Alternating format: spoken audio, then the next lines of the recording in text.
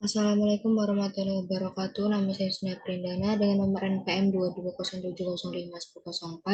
Di sini saya ingin menjelaskan sedikit tentang konfigurasi dari HDCP pada Cisco Packet Tracer. Pertama-tama, masukkan satu router itu dengan menggunakan router PTMT. Router itu ada di bagian sini. Nih, jadi menggunakan router PTMT. Setelah itu pilih. Lalu setelah itu ke sini,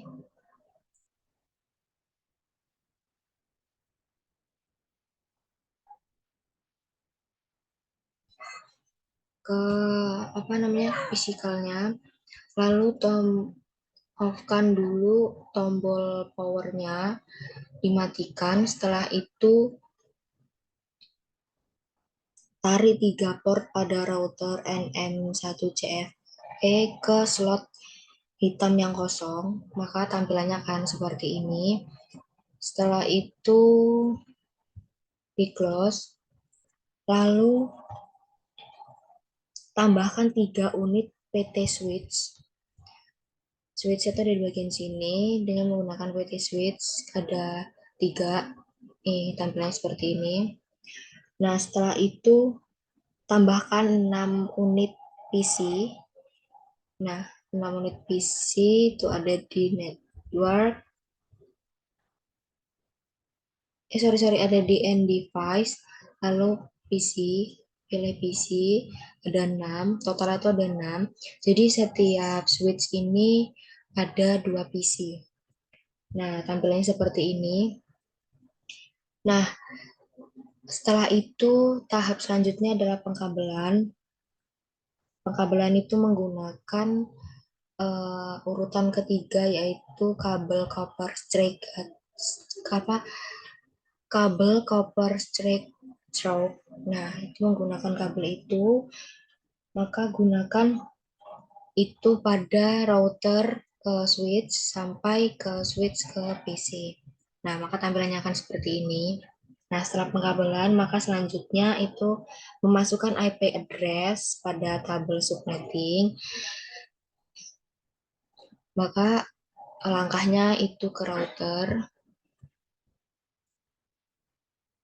Nah, setelah ke router itu ke CLI. Nah, CLI seperti ini. Lalu masukkan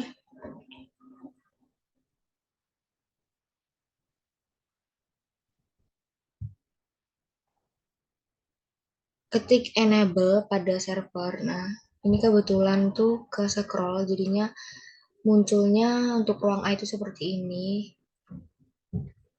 Nah, itu contohnya itu bisa dilihat seperti ini. Ketik enable lalu enter. Lalu ke configure terminal. Configure terminal. Setelah itu enter, kemudian masukkan hostname, yaitu hostname-nya HDCP server, lalu enter. Setelah itu masukkan interface face Ethernet. Nah, memakai 0/0 karena untuk ruang yang A itu memakai 0/0. Kemudian enter, lalu akan muncul IP ketik IP address-nya, yaitu 192.168.10.255.255.255.128, lalu enter. Kemudian ketik no shutdown lalu enter. Nah, akan tampil seperti ini, lalu ketik lagi itu exit, enter, masukkan IP DHCP pool untuk ruang A-nya, yaitu dengan mengetik IP DHCP pool ruang underscore A. Lalu setelah IP DHCP-nya, masukkan IP address untuk default routernya, yaitu 192.168.10.1. Setelah ke default router, lalu ke networknya 192.168.10.0.255.255.255.128. Setelah itu ke DNS servernya 192.168.10.1, lalu enter dan ketik exit. Setelah exit, masukkan IP DHCP-nya yang tidak digunakan pada ruang A, yaitu 192.168.10.1, 192.168.10. Nah, IP DHCP yang tidak digunakan pada ruang A ini berjumlah 26. Setelah itu, enter, lalu ketik exit. Setelah exit, di enter kembali, lalu akan memunculkan tampilan seperti ini. Jika ada tampilan oke, maka memasukkan server IP address untuk ruang A ini berhasil karena tampilan kabelnya tuh akan hijau seperti ini. Nah, setelah itu untuk selanjutnya memasukkan IP address untuk ruang B, yaitu ketik enable, enter, lalu configure terminal, enter, lalu masukkan hostname, HDCP server, enter, dan interface fast internet. Nah, ruang B ini memakai 1/0. Enter, kemudian masukkan IP address-nya, yaitu 192.168.10.129, enter, lalu masukkan kembali IP address-nya, yaitu 192.168.10.129.255.255.192, lalu enter dan ketik no shutdown. Setelah no shutdown, di enter lagi, maka langsung ketik exit dan masukkan IP HDCP full untuk ruang B, yaitu dan mengetik IP HDCP full ruang _B, lalu enter, masukkan default router dengan 192.168.10.129. Selanjutnya masukkan networknya 192.168.10.128.255.255.255.192. Setelah network, lanjut ke DNS server, IP address-nya itu 192.168.10.129. Enter, lalu ketik exit, kemudian masukkan kembali IP DHCP yang tidak digunakan pada ruang B, yaitu 192.168.10.141, 192.168.10.152, dan enter, lalu ketik exit. Setelah exit, maka akan tampil lagi seperti di ruang A. Jika berhasil, akan ada CLI oke seperti ini. Nah, dan pada kabel router ke switch-nya itu juga akan hijau jika berhasil.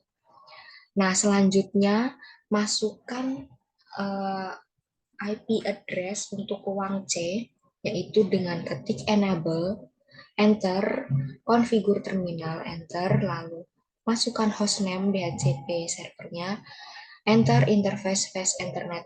Nah, di ruang C ini memakai 2/0. Setelah itu masukkan IP address-nya, yaitu 192.168.10.193.255.255.192. Kemudian enter dan ketik no shutdown.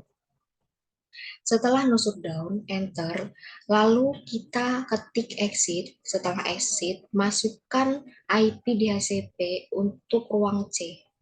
Nah, masukkan IP DHCP pool untuk ruang C, yaitu dengan mengetik IP DHCP pool ruang _C. Setelah itu, enter, lalu masukkan default routernya, 192.168.10.193.255.255.255.192. Nah, berhubung default routernya ini invalid yang saya input, nah, saya memasukkan lagi default routernya itu 192.168.10.193. Nah, setelah valid, di enter, lalu ke IP address untuk memasukkan network, yaitu 192.168.10.255.255.255.192. Setelah network, masukkan kembali DNS servernya, yaitu 192.168.10.193, lalu enter dan ketik exit. Setelah exit, masukkan kembali IP DHCP untuk ruang C yang tidak digunakan, yaitu dengan mengetik IP DHCP excluded address, yaitu 192, 168, 10, 211, 255, 255, 255, 234. Setelah itu, enter dan ketik exit, kemudian mengcopy atau dengan mengcopy running config startup config. Nah, maka jika berhasil, tampilannya itu akan oke seperti di ruang A dan B. Nah, ke kabelnya juga akan hijau sama seperti ruang A, B yang tadi sebelumnya. Setelah pemasukan IP address di CLI itu sudah selesai, di close, lalu ke PC-nya, ke desktop, ke IP configuration-nya itu diganti ke DHCP semua. Jadi untuk seluruh PC itu ada pergantian IP configuration-nya dari static ke DHCP. Nah, IP configuration ke DHCP jika sudah diganti, maka untuk subnet mesh-nya, default gateway-nya, dan DNS server-nya, serta IPv4 address-nya itu akan otomatis keluar sendiri IP address-nya. Nah, jika sudah semua PC diubah ke DHCP, maka kita akan mencoba, nih ini udah semua ya,